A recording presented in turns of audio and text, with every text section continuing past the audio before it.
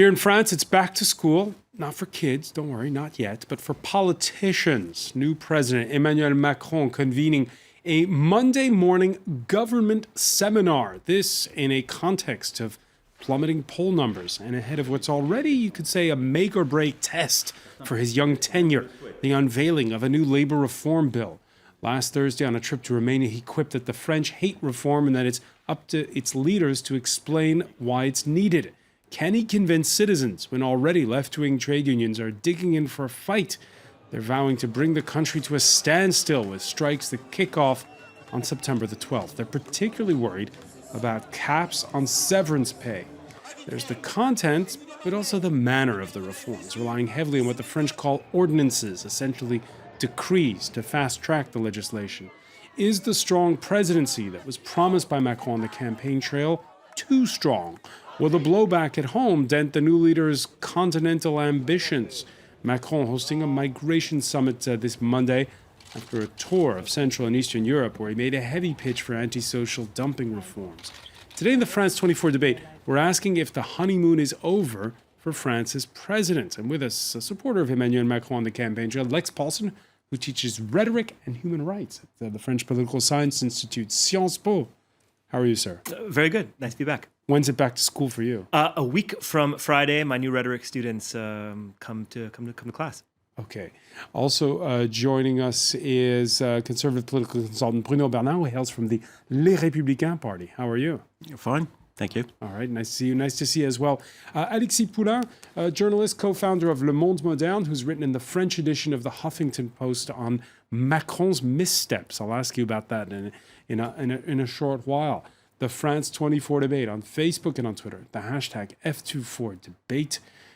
With no strong opposition at this time, it's of course too early to say if Emmanuel Macron is circling the wagons, but he is entering what you could say a crucial phase. Emerald Maxwell has more.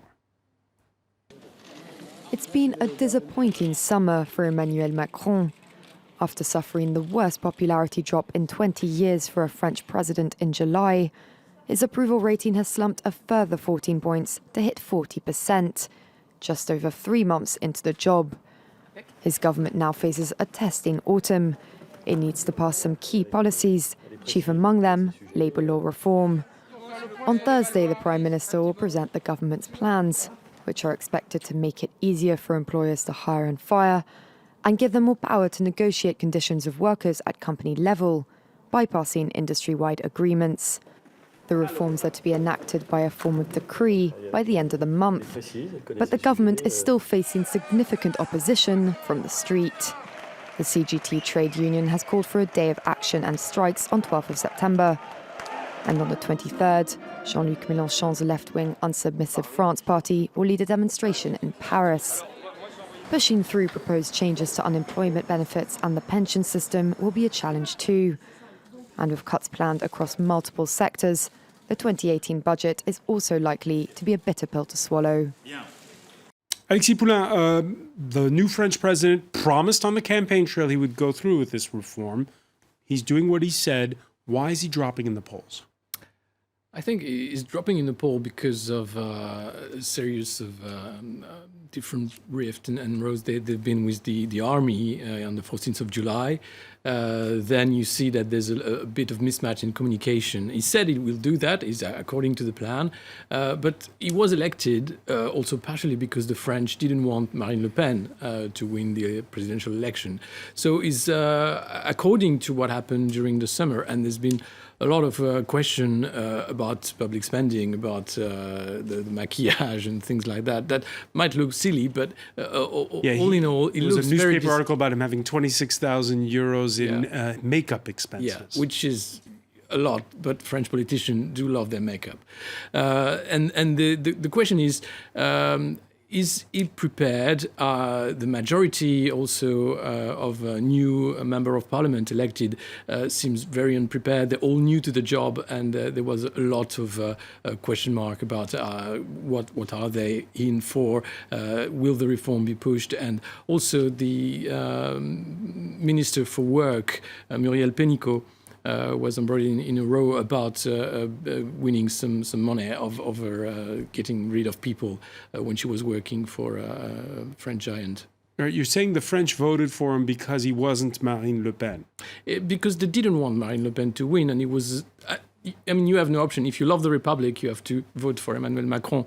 Does this mean he has to change tack in how he governs in his policies, or does he go through with what he promised on the campaign? He will have to go through what he's promised, but he will have to be very careful about the social agenda and to listen. And I think he's able to do that. And it's a big difference between what happened before and what is happening now. You can see that he announced something, there is something happening, and then he can actually say, well, look, I didn't say that, say about the APL. I don't know if we can go into that, but he said it was a silly thing to say after actually the government was going ahead. So he will be listening closely to the social anger, I think, and he's clever. And it will be more difficult for him in France than in Europe to push the agenda of reforms. Lex Paulson?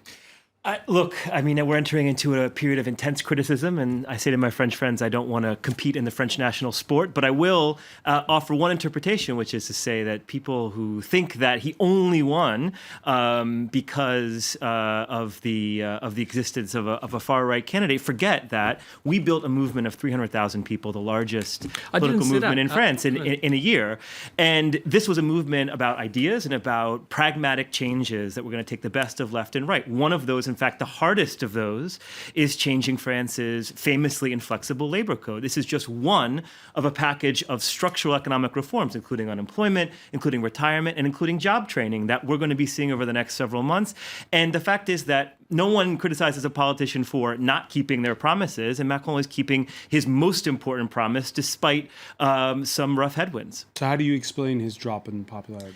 Look, I think some of it is, frankly, after months and months and months of a very intense political season. The French public is rather exhausted and doesn't want to have to think about politics every day. Some of these issues, including the issue with the army, were not handled extremely well by the government's communications. But frankly, it wasn't a summer with a lot of news, and there's a natural reversion to a kind of a general cynicism about what government can do. And it's in the face of that cynicism where reform really needs leadership to be pushed. And it will be coming from not only the president, but from the 314 députés En Marche, who, yes, you say they're not prepared, but this is the strength of the movement, was that these were not professional politicians. They come in with their own ideas. They added dozens of amendments to the moralization law and the security law, and they will play a very important part of this next phase. All right, on his tour of Eastern Europe last week, President Macron was asked in Bucharest by Romania's French community about the chances of his labor reform bill.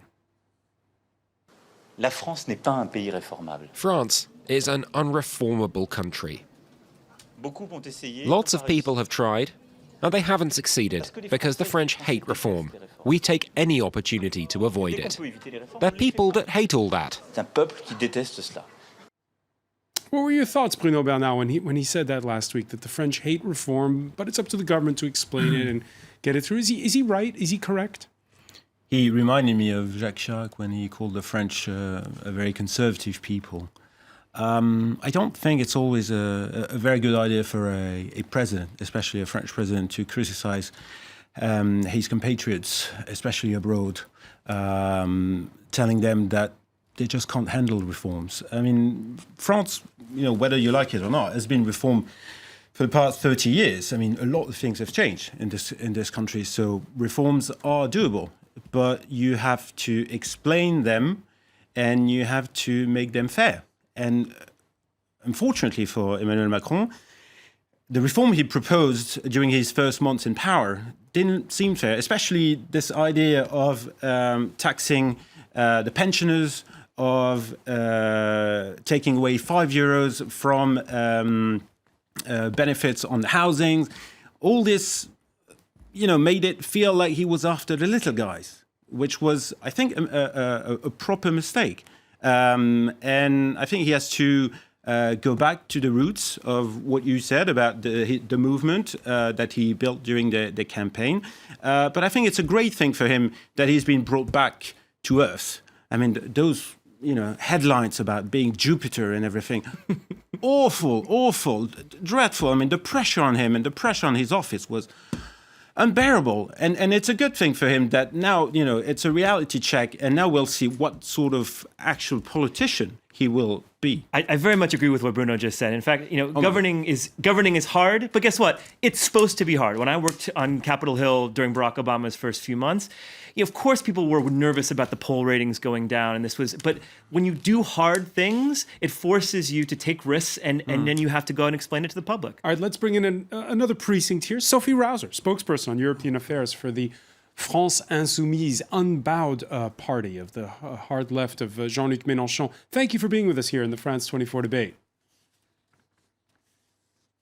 Sophie, let me ask you. Good evening. Let me ask you, a poll came out this weekend from the Institute Odoxa. Let me read it to you.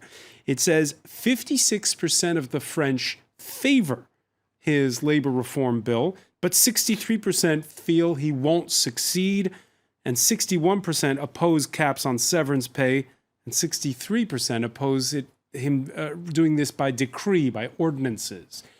Your thoughts? The French want reform but don't? What do they want?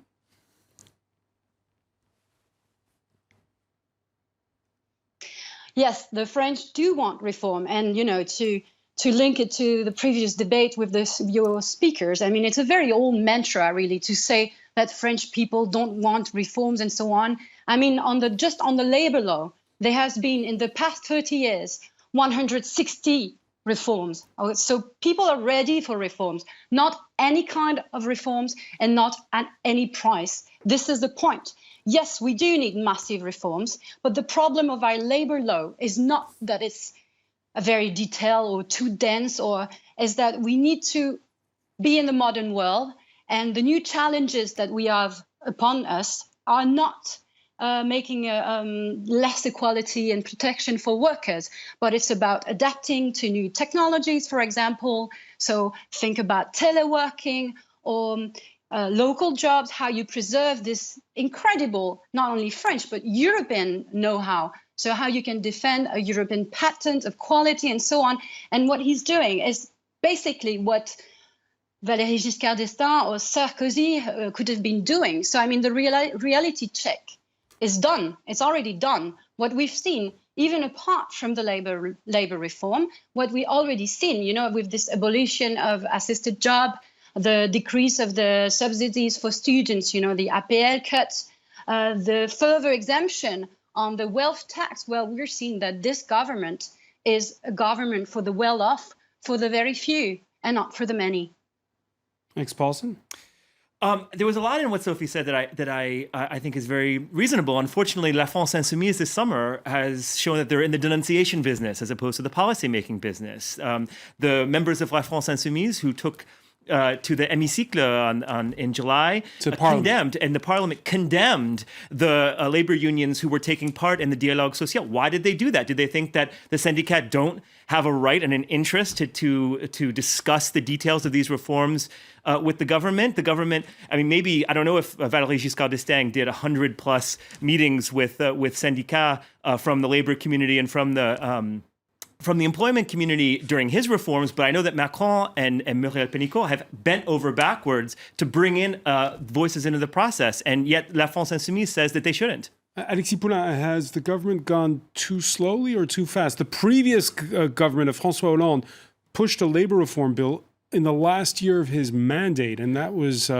too late, said observers at the time. Very too late. Is he going too fast, though, Emmanuel Macron, with this bill? He has to go fast, and that was the deal, saying that he will have the ordonnance and he will go faster, because these reforms need to go fast so that the other reform will get in line, and in 5 years there'll be some results. So that's why he's going so fast. And you're right, there's been a lot of consultation with the unions, and that's new. And there's hundreds of meetings, and Muriel Pénicaud has been listening, and that's what's new about it. So the unions have complained, though, that what they've been shown is piecemeal. Of course, they haven't been shown the whole project. They don't have. And they're asking why not. because they won't win in the end. Clearly, the reform is to make the French employment market compatible with the EU, which was not the case. So we have to streamline so we have a more stronger voice in the EU. The German, all the economic partners will look at France and say, okay, right, you're on the same boat, so we can work together. And it's not something that the French are ready to hear. And when you say French is unreformable, it's true. It can be true. And because reforms seems, in French vocabulary, when you hear reform, you are going backwards, or you are actually breaking the social winds of the past 100 years. So you have to change the mentality. And Macron, I think, where he's good, is that he knows that we have to transform to adapt the 21st century, to go into the digital economy, to change this. But this is a transformation. And he said it when he was saying that France is unreformable, because now is the time to transform. And that takes time. It won't take 5 years. It would take 10, maybe 15 years. And the streets will talk in September with the syndicate, with the France Unbound.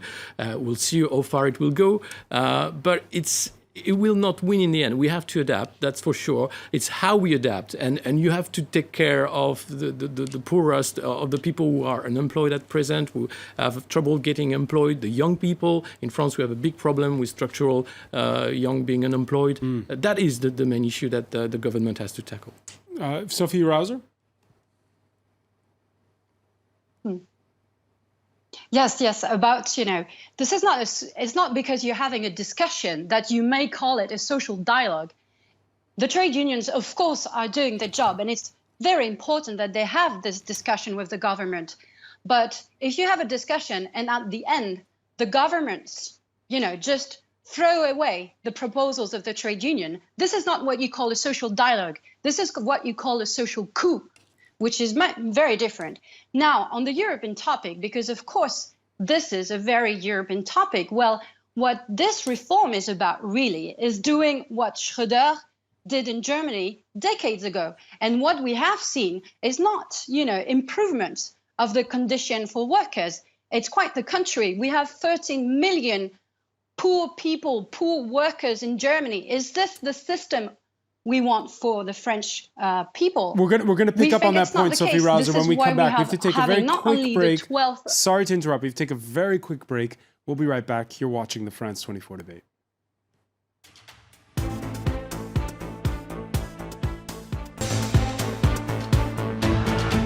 Welcome back, or welcome if you're just joining us. It's the France 24 debate, and we're looking at the back-to-school field to French politics. This Monday, the government convened to a seminar presided over by Emmanuel Macron, who's been slipping in the polls. We've been talking about it in the company of Lex Paulson, a supporter of Macron who teaches at the French Political Science Institute, Sciences Po.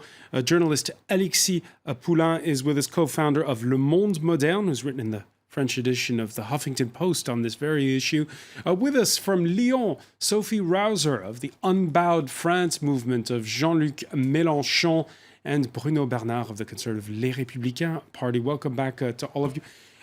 Bruno, let me ask you, your religion when it comes to the fact that the government is using these so-called ordinances, they're not exactly decrees, but sort of, to, once the measure passes Parliament, this labor reform bill, to fast-track it and make it law. Is that good or bad? Don't really have a problem with it. I mean, it's a way of getting things done. The thing is that it shows little faith in their parliamentary majority, which is unfortunate, especially after all the criticism about this new majority and these non-professional politicians. They may have brought a breath of fresh air, but also they may have lacked some skills in the parliamentary work, and that was quite unfortunate before the summer. But I mean, Les Républicains proposed decrees as well when we campaigned for François Fillon, so I don't really have a problem with it. Lex Paulson? I appreciate your fair-mindedness, Bruno, about this. And I absolutely accept the criticism that parliamentary majority elected in 18th of Why June. do they need these ordinances? These ordinances. Well, let's be honest. It's a practical political strategy in order to get something very difficult in the face of what will be a very naturally strong skepticism or cynicism. And the fact is, we need to have this debate. We need to have this in public, and it can't just end in September when the ordonnance is decreed. And the fact is that the members of Parliament that I've been working with in the past several weeks are ready not only to be able to educate the public about what is actually in this law and fight the misinformation that will certainly appear, but to take part in a comprehensive evaluation so that over the course of the entire 5-year period, the French people are asked for how these new rules are impacting them directly so that the members of Parliament can amend and modify the law as it goes. This is not a one-step deal. All right, we heard some strong language Sunday in Marseille from the leader of Sophie Rauser's party, the Unbowed France movement, staging a rally where Jean-Luc Mélenchon called on everyone to get out in the streets next month. On the 23rd of September, the French people need to march in Paris against the anti-democratic coup d'etat, which is being organized against our social system. He called it a coup d'etat, a social coup d'etat, an anti-democratic coup d'etat. Sophie Rauser, these are rules that are on the books. It's not really a coup d'etat, is it? I mean, it's a very ancient rule from the Fifth Republic that has been rarely used for a very, simple reason. I mean, if you force things into people's opinion, it just doesn't work. And I disagree with the previous speaker. You do not need to explain people. People do not need to be explained or told what to think. They know perfectly well what is this reform about. I mean, we always say that the French people are not interested about European affairs, but they've seen what was happening in Germany, as I said earlier. So they just don't want this. So the two big demonstrations of September are the last solution we have to get more awareness and more struggle in front of this government. The 12th with the trade unions, and on the 23rd of September, the call made by Jean-Luc Mélenchon, as you heard, because earlier during the whole summer, we did the job. Contrary to some others, we made all the amendments necessary to the law. And of course, the majority refused them, rejected them. We were the parliamentary group proposing the majority of the amendments.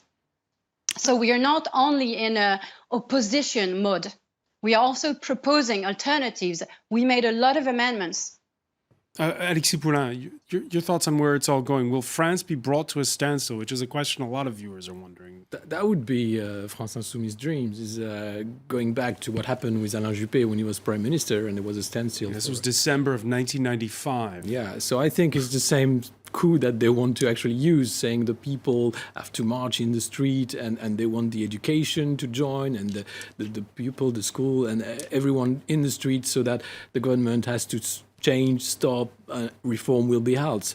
I think the time have changed, the world have changed, and they have no people in the French Parliament elected for France Insoumise. Of course, they can't win. There are only 17 of them, but it's not the right thing to do. And it's like playing the match of the French presidential election again, and Jean-Luc Mélenchon saying, "Okay, Macron might have won this time, but let me win in the streets." I think it's counterproductive, and people will not march against the labor law. It's a pretext to put people in the street and say we want this government to fail, and we want to prepare. And it's a long time, 5 years for the next presidential, and make sure that the French. So you're saying there won't be many people in the streets? I'm not sure. You can already see here and there people from France Insoumise saying that we're not sure. And you see that there is a divide in the left between the people from the unions, the people from France Insoumise. Don't call that the French people. It's a party trying to get people on the street, not the French people. It's not a revolution. It's a party trying to show that since the presidential election, France Insoumise is still a big player in terms of public opinion and in terms of pushing pressure on the French government. All right, Macron's popularity has plummeted during his first 3 months in office, as we were saying at the outset. And as a general rule, honeymoon periods do not last long in France. It was the case for all of the previous presidents that there's also a drop. There you see Macron's popularity dropping 14 points in 1 month, 24 points in 3 months. His predecessors, they also had a slide after coming into office. One viewer on the hashtag F24debate saying Bill Clinton had a similar drop in his early months. Macron has no midterms. The economy is improving. Labor reform. He can easily recover. Can he easily recover, Bruno Bernard? I don't think he will. Once you've dropped popularity that bad, you usually stay around the number unless you do something really stupid like Hollande did during his presidency. But I think he will stay between 30 and 40%. And then we'll see at the end of his presidency where he actually is in terms of popularity. But it's true that it's a concern because, I mean, he was so high and the Macron mania was so high on the agenda for everyone that it seems that he's been weakened. But he was never a really strong president. I mean, as you said, I mean, he was elected against Marine Le Pen, which, whether you like it or not, does hinder his presidency and it hindered his presidency from the get-go. And that was unfortunate for him. All the political parties are weak in France at this particular time, including, as we were saying at the outset, his own party by inexperience. Even though they have this big majority in parliament, it's not a strong party machine, at least not yet. So, Lex Paulsen, does that make Emmanuel Macron a weak president? I mean, only in France could you win 66% of the vote and be called a weak president. But I'll tell you what is really healthy about French democracy in comparison to the United States is, as you read from the comment, there are no midterms, which means that Emmanuel Macron and our parliament majority have 5 years to hold the promises that we campaigned on, that more French people voted for than any other party program. You know that Jacques Chirac had 82% in 2002. And still, he was a weak president because of those 82%. Well, if you've come to a final decision after 2 months, then you're a smarter man than I am. But I think we have 5 years to put a record together. And at the end of 5 years, we'll be able to see if we've been able to stick it out in the face of these very strong headwinds. Sophie Rauser, coupled with the domestic troubles ahead, Emmanuel Macron going on that barnstorming tour last week to Central and Eastern Europe, complaining about the posted workers directive. He wants to reduce the amount of time that somebody can work in a country in EU nations while earning lower wages and benefits from his or her home country.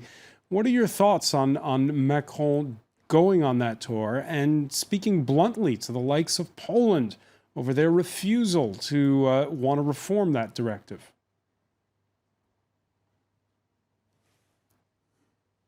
Well, it's a strategy, but if you want to have such a strategy, you need to put the means for the negotiation. And for this, you should have said first that France will refuse to apply this directive such as it is. But as he didn't do that, all the Central Eastern countries know perfectly well that they can push forward something that has been already accepted by the European Commission and even by the shadow rapporteurs and the rapporteur of the European Parliament. So, I mean, the whole text has been agreed and he's arriving way too late. He should have given signal way before. Way before, even already during the presidential campaign. But the European topic was the one he really tried to avoid. It's not enough to say to the French people that you want to reform the European Union.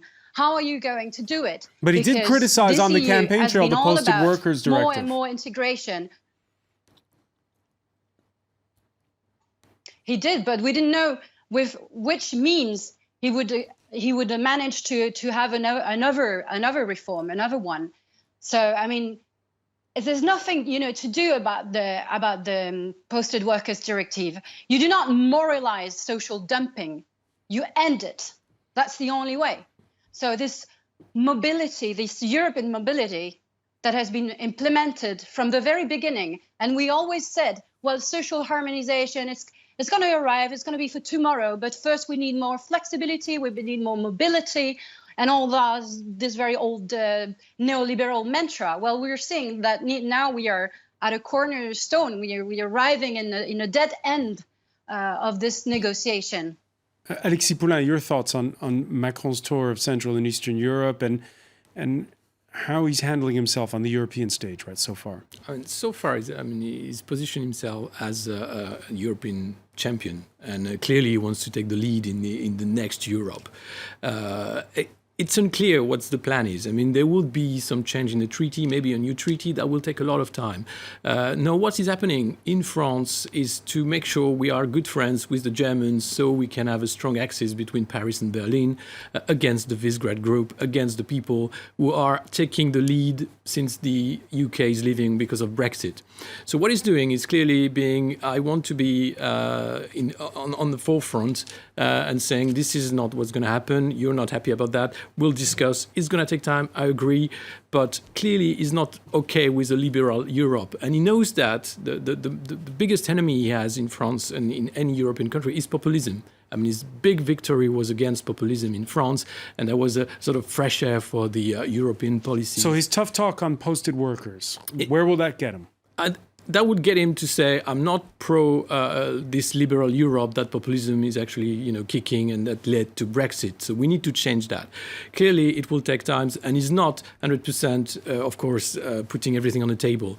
And that's right. The people in Poland and the Visegrad group will league together and they'll have a voice. That's the trouble here. And I don't know what the plan is. Again, the trouble I have with En Marche and Emmanuel Macron is that lots of good ideas, lots of general direction, but little plan on the table. We don't know where we're going.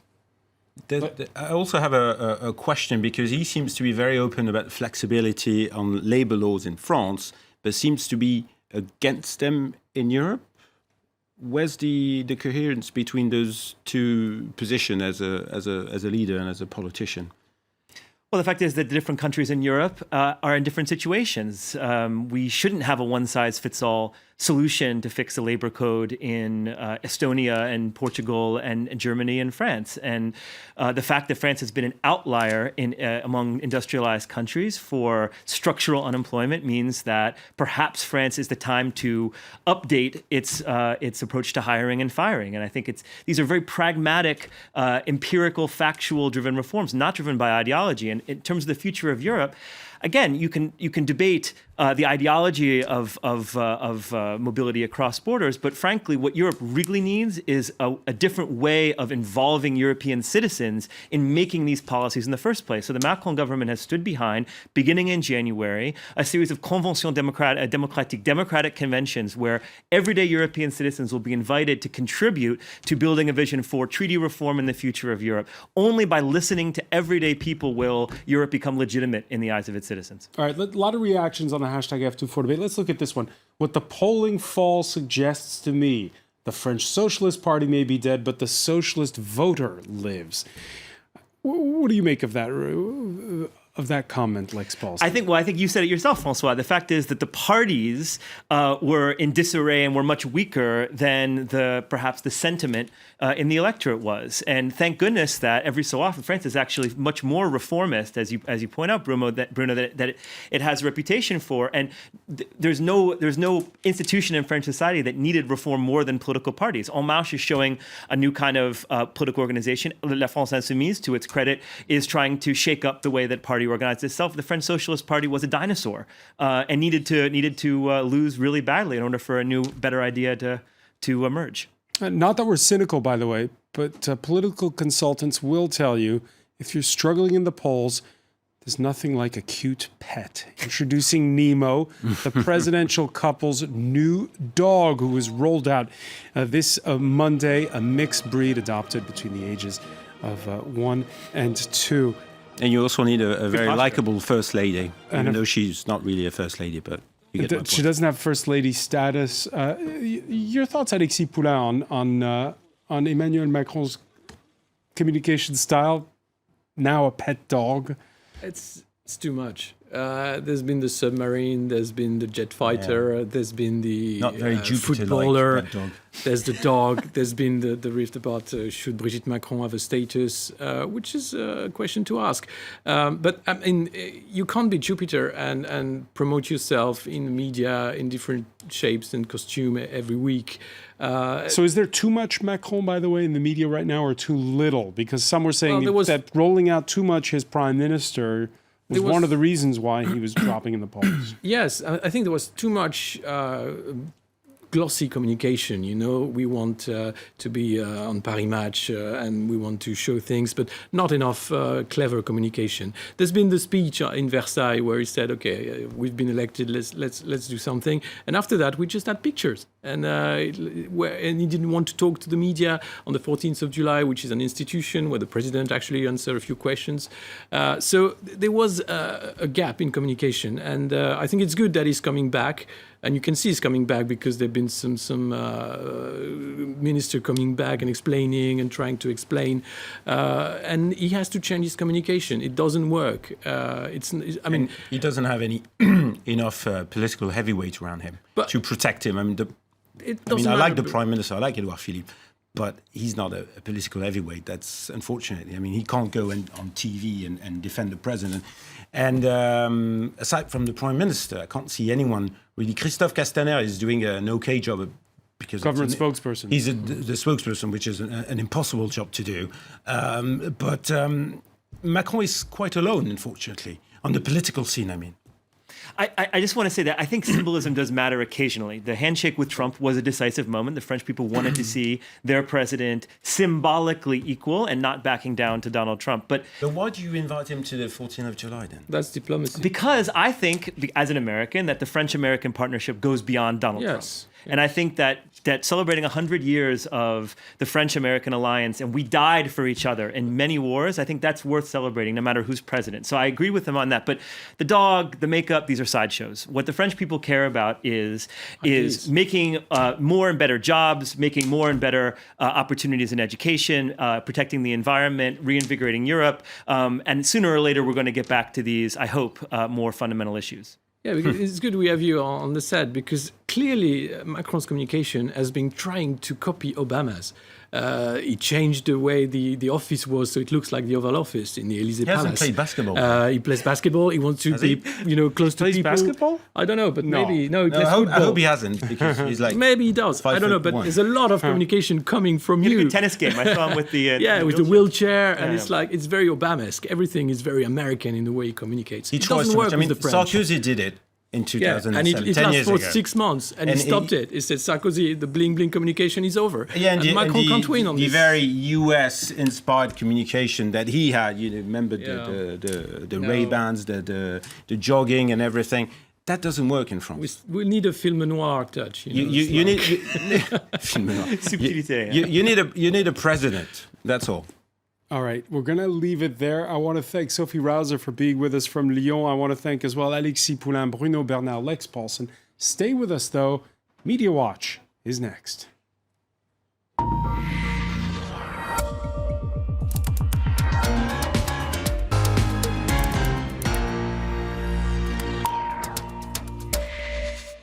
And we say hello to James Creedon, Hi, Francois. arguing there a little bit about whether we're seeing too much or not enough of Emmanuel Macron.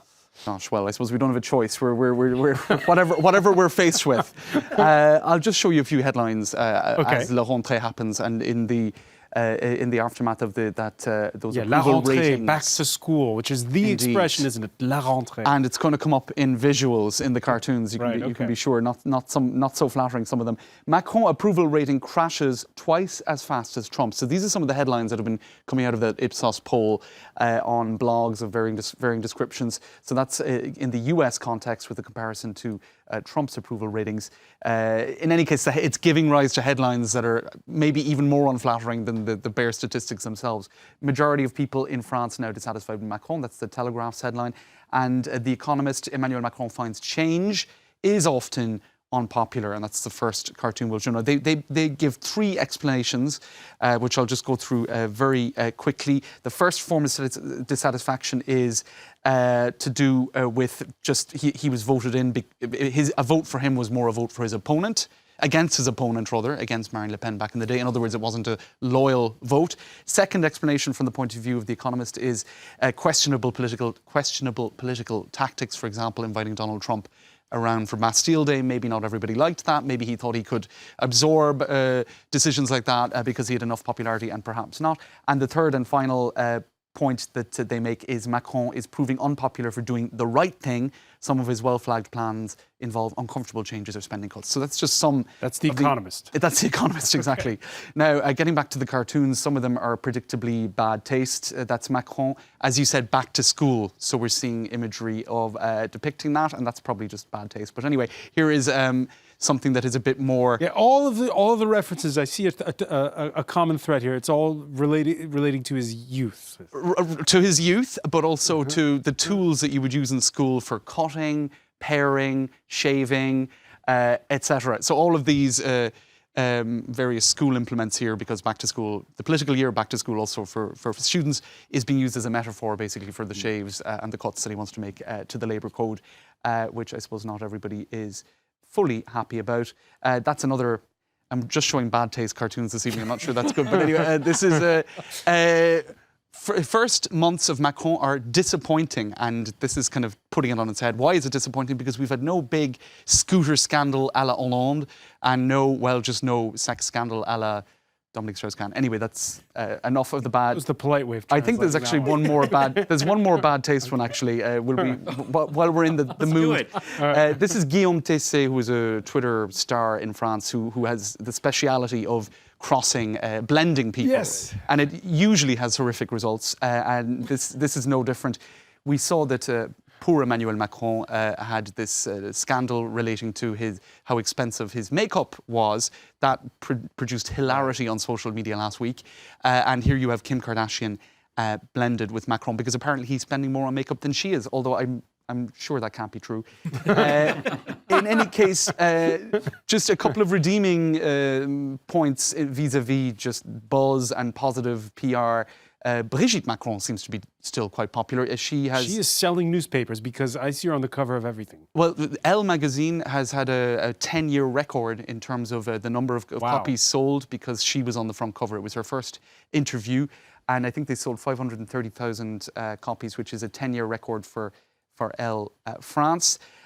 So that's good, and you can see that this is their latest article on her, because she clearly produces clicks and sells. She gave him an copy. exclusive interview. That's right, and that does help. But the other big, maybe positive buzz factor is the dog, the first dog, because that's also been a big source of conversation today and trending online. So maybe if Emmanuel isn't popular, Emmanuel Macron, Brigitte Macron will remain popular, and Nemo Macron. So we'll see if that saves him in the polls. Not sure. All right, Nemo the dog. Nemo the dog. Here we go. Which has led to whole diaporamas of all the presidential dogs in history, but I'm not sure we have time for that. All right. That's Valéry Giscard d'Estaing's. Amazing to find out, by the way, that all of France's presidents, dating back to de Gaulle, have had a dog while in office. And a lot of them have been black labs or some variation thereof, because this is a blend, I think. All right, more talk about dogs and humans coming up. I want to thank politics. James Creed, and I want to thank our panel. Thank you for being with us here in the France 24 debate.